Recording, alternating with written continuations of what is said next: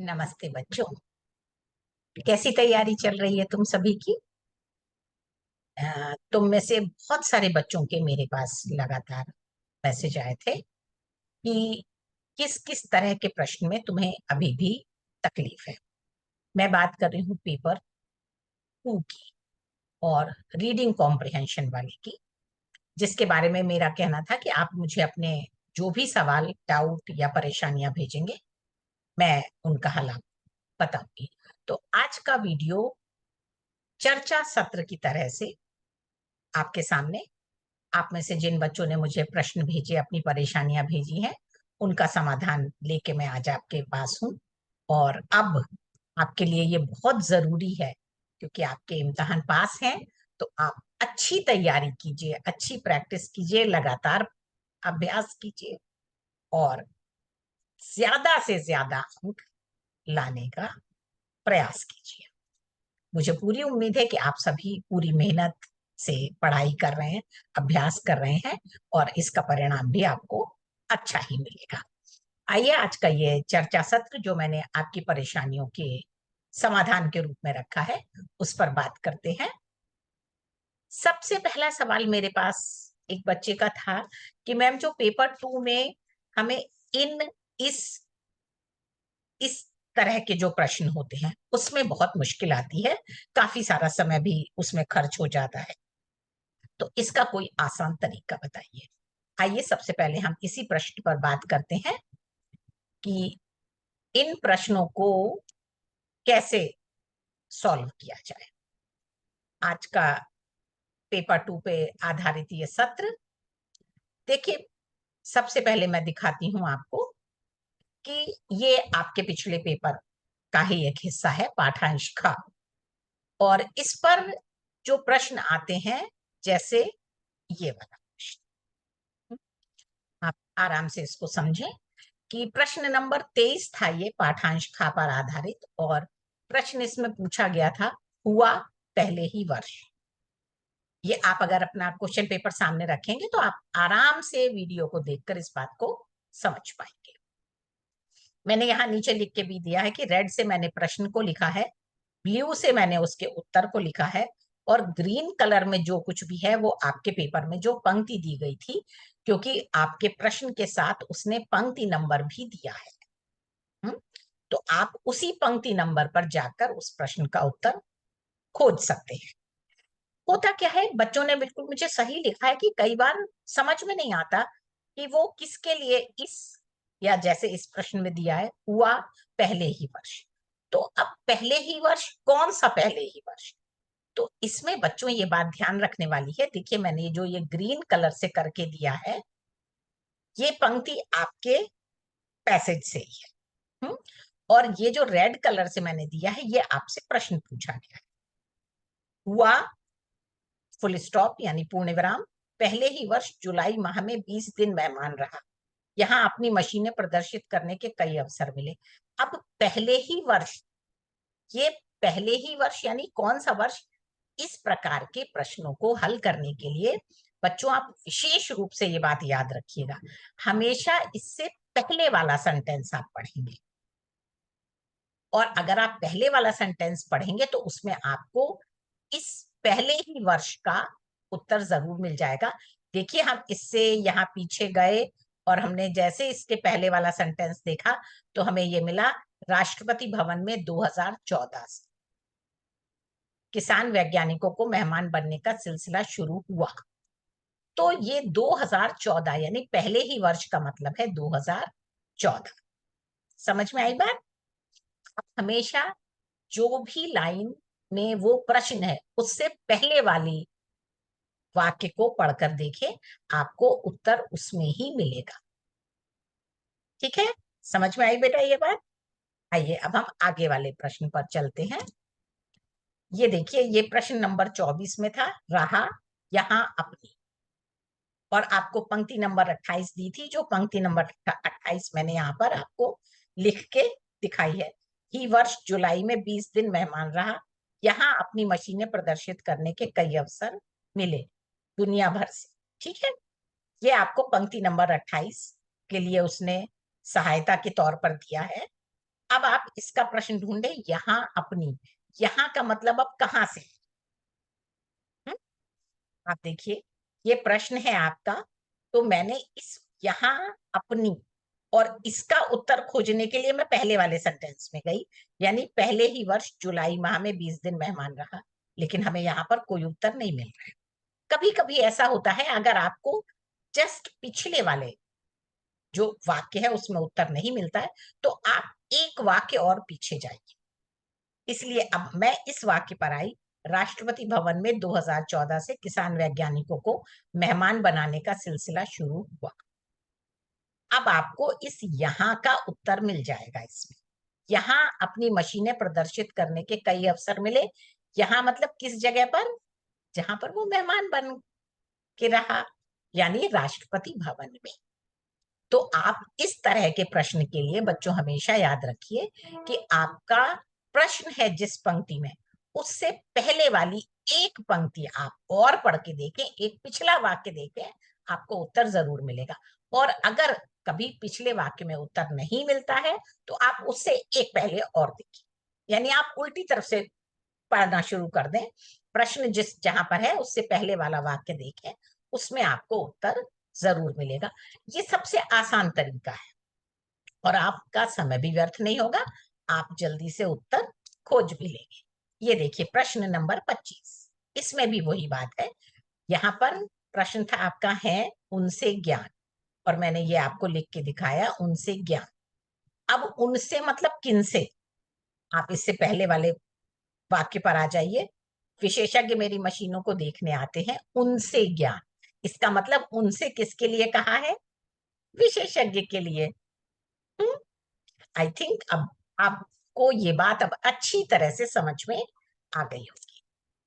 अगला एक और प्रश्न मेरे पास आया था, उसके लिए मैंने यहाँ पाठांश गा आपको लिखकर, पेपर का ही हिस्सा है ये भी आपके, ये दिखाया है। और वो वाला प्रश्न पाठांश गा से है।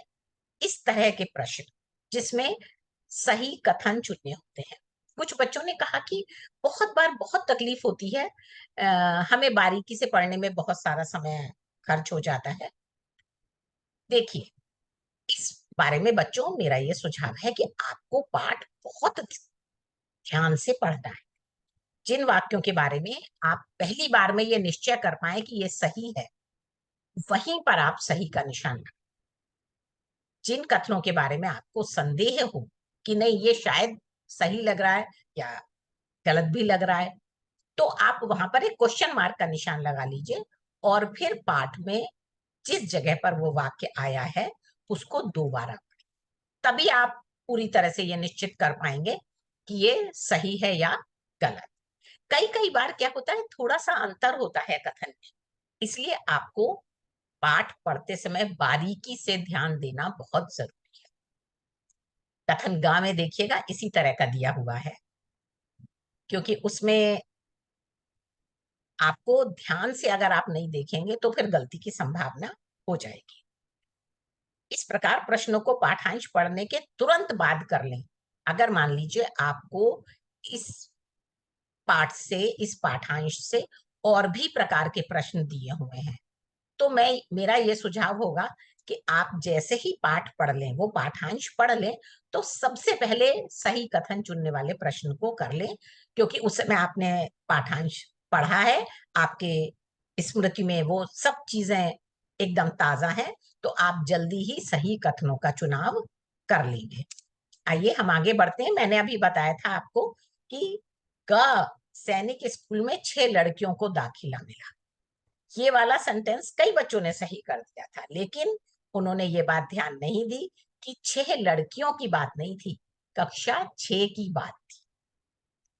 तो अगर आप जल्दी में पढ़ रहे हैं और आपने सिर्फ 6 देखा, हाँ 6 था, नहीं, 6 लड़कियों को दाखिला मिला, इसलिए ये सेंटेंस गलत है।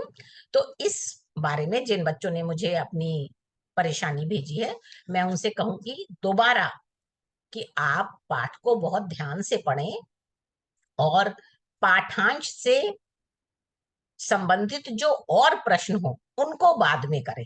सबसे पहले पाठांश पढ़ने के बाद सही कथन चुनने वाला प्रश्न सबसे पहले हल करें। हो गई ना परेशानी दूर? चलिए आगे बढ़ते हैं। कुछ बच्चों ने मुझे ये लिखा कि जब शब्दों का क्या अर्थ है पूछा जाता है तो कई बार हमें बहुत तकलीफ होती है, क्योंकि हमें शायद हमारी शब्दावली उतनी अच्छी नहीं है। ये बात बिल्कुल सही है। बेटा हमेशा आप अपनी शब्दावली को और ज्यादा बड़ा बनाने का प्रयास करते रहिए। हम्म? यहाँ पर क्या है, देखिए, श्रेणी सबसे प्रश्न नंबर 28 में दिया था श्रेणी, और ये भी उसने लिख के दिया है प्रश्न पत्र में कि ये पंक्ति नंबर 12 में आया है। मैं यहाँ पर आपको सुझाव दूंगी कि इसको जल्दी और सही हल करने के लिए आप एक बार पंक्ति नंबर 12 जरूर पढ़ लें, क्योंकि कई बार श्रेणी का मतलब होता है वर्ग, लेकिन पाठ में जहां पर श्रेणी आया है वहां पर उसका क्या अर्थ है, ये बात ध्यान रखना जरूरी है। और इस हिसाब से मैंने जब ये जो आपको सूची दी गई है इसमें देखा, तो समूह शब्द जो है वो सर्वथा उचित जान पड़ा।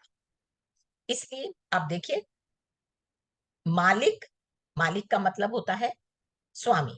तो आपने यहाँ पर देखना कोशिश किया और आपको मिल गया स्वामी। आप एक बार पंक्ति नंबर 13 भी देख लीजिए, तो आपको विद इन सेकेंड्स आप इन सवालों को हल कर पाए। प्राथमिक, आप पंक्ति नंबर 13 देख लीजिए, जहां पर इस बारे में बात की गई है, तो आपको फौरन पता चलेगा कि प्राथमिक का मतलब वहां पर मुख्य से है। कभी कभी देखिए, जैसे प्राथमिक शब्द हम प्राथमिक पाठशालाओं के लिए यूज करते हैं, तो यानी कि शुरुआती, यानी पहली, पहली दूसरी तीसरी चौथी, शुरुआती। लेकिन पंक्ति में क्या अर्थ आ रहा है उसका, ये बात ध्यान रखने वाली है। प्राथमिक का मतलब है वहां पर मुख्य। सर्वेक्षण यानी कि सर्वे, सर्वे में हम क्या करते हैं, तो हमने फटाफट यहां से सूची से देखना शुरू किया कौन सा शब्द होगा। हमें जांच, ये शब्द एकदम सटीक अर्थ वाला समझ में। निवेश, इस शब्द के साथ कुछ बच्चों ने फिर से गलती की। निवेश का मतलब है इन्वेस्टमेंट, यानी कि हमने धन कहीं पर निवेश किया, हमने कहीं पर धन लगाया। सूची में देखिए आपके पास धन कमाना और धन लगाना, ये दो शब्द हैं। अब धन कमाना का मतलब है अर्न करना, हमने वो धन कमाया, है ना। तो और निवेश का मतलब होता है धन लगाना। तो यहाँ पर जब भी आप अर्थ का चुनाव करें, तो मेरे विचार से ऊपर से ही चलें और सोचें धन कमाना नहीं। अगर कंफ्यूज्ड है, आपको अभी संशय है इस बारे में, और नीचे आइए, तब आपको स्पष्ट हो जाएगा कि नहीं, धन लगाना एक और शब्द भी दिया है। इस बारे में मैं कहूंगी, आप समय बचाने के लिए बहुत जल्दीबाजी कभी मत कीजिए, क्योंकि आपके पास इतना समय है कि आप आराम से उस चीज को पढ़ के उसका सही उत्तर निकाल सकते हैं। अपने ऊपर भरोसा रखिए, आपने अगर इतना अभ्यास किया है तो वो आपकी मेहनत कभी भी व्यर्थ नहीं जाएगी। बहुत जल्दीबाजी नहीं करनी है, हमेशा प्रश्न को और दिए गए उत्तर, अगर सूची है तो उसको ध्यान से पढ़ना है। आइए आगे बात करते हैं। ये इस तरह के प्रश्न भी बच्चों ने मुझे पूछे, तो मैंने एक पुराने पेपर से आपको ये पाठांश दिया है और ये दिखाया है कि इस तरह का पाठांश दिया गया था, जिसमें एक टॉपिक के बारे में कई लोगों से विचार मांगे गए थे। यहाँ एक बात और बता दूं मैं आपको कि ये जो संचार मंच प्रस्तुति आता है, उसका भी ये एक अच्छा उदाहरण है। कई पिछले कभी बच्चों ने पूछा था कि संचार मंच प्रस्तुति लिखने को आया पेपर 1 में, तो हम कैसे लिखेंगे। ये उसके लिए भी बहुत अच्छा उदाहरण है कि उसमें हमको ये दिया गया टॉपिक, और वहां समझदारी से दूर करें रिश्तों के बीच गलत फहमी और दूरियां, और इस पर उस मंच ने पाठकों से विचार मांगे थे। तो देखिए, यहाँ शिवाली ने अपने विचार लिख के भेजे हैं, अभिषेक ने अपने विचार लिख के भेजे हैं, और नीलम चंद्रा ने। ये संचार मंच प्रस्तुति का भी एक अच्छा उदाहरण है पाठांश। तो यहाँ पर आपकी एक और समस्या का हल हो गया पेपर 2 के साथ साथ। इस पर प्रश्न कैसा पूछा गया था वो हम देखते हैं। ये पूछा गया था कि अनुच्छेद का सारांश आपको इस सूची में से चुनना है ना। पाठांश गा के अनुच्छेद को दाईं ओर लिखे उचित सारांशों से मिलाना, सारांश के साथ लिखे गए वर्ण को बाईं ओर दिए कोष्ठक में लिखना है। इस बारे में मैं आपको ये सलाह दूंगी कि एक प्रश्न को पढ़े। आप सिर्फ पहले प्रश्न नंबर 20 देखें, उसमें उसने आपसे पूछा है अनुच्छेद 3 का सारांश। तो बजाय इन पूरे पाठ को एक साथ पढ़ने के या तीनों प्रश्नों को एक साथ देखने के लिए आप सिर्फ 20 क्वेश्चन नंबर 20 को देखें और पाठांश में से जो उन्होंने यहाँ पर नंबर दिया है अनुच्छेद 3, तो सिर्फ अनुच्छेद 3 को पढ़ें। तो आपके लिए ये आसान हो जाएगा कि इसमें कौन सा सारांश इस अनुच्छेद के लिए बिल्कुल सटीक जान पड़ता है, यानी कि उस अनुच्छेद में किस बारे में बात की गई है। जब आप अनुच्छेद 4 की बात करें तो आप सिर्फ अनुच्छेद 4 पढ़ें, ठीक है।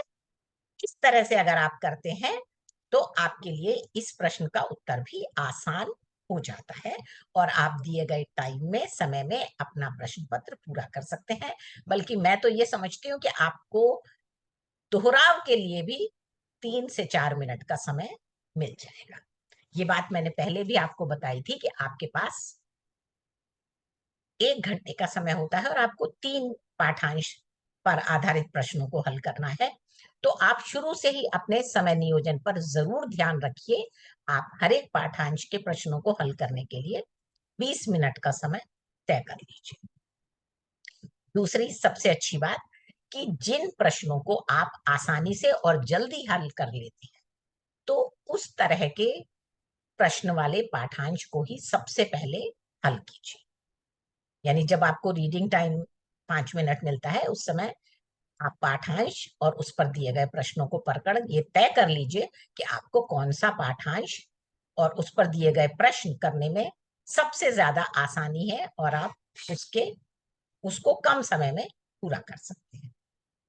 इन बातों का ध्यान रखेंगे बच्चों, तो निश्चित रूप से आप ज्यादा से ज्यादा अंक प्राप्त। एकाग्रता और ध्यान से काम कीजिए, सफलता जरूर मिलेगी। नमस्ते।